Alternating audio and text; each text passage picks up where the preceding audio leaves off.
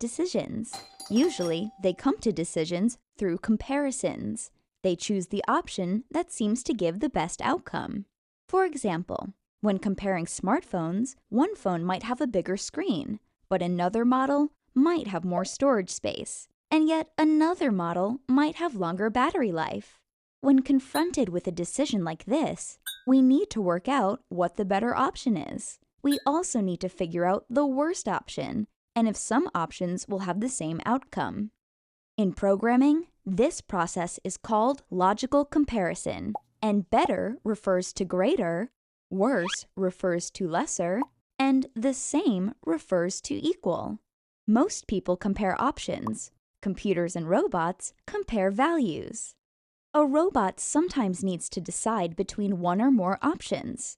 To decide between two options, a computer program uses a conditional statement.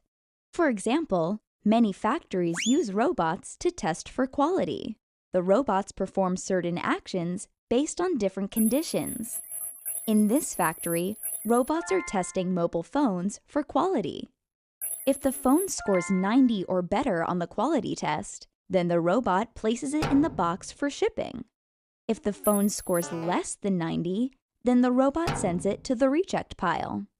So the robot makes a decision on which action to perform, putting it in a box or putting it on the reject pile, based on the test score. The program instructions to the robot are, if the test score is 90 or above, then place the phone in a box, else reject it. The way the robot makes this decision is to compare the value from the test score with a second value, a passing score for quality. This second value is called a condition.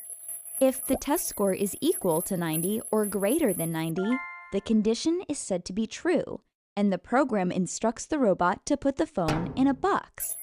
If the test score is 89 or lower, the condition is said to be false, and the program instructs the robot to reject the phone.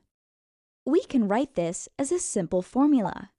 If the test score equals greater than 90, then put the phone in a box, else reject it.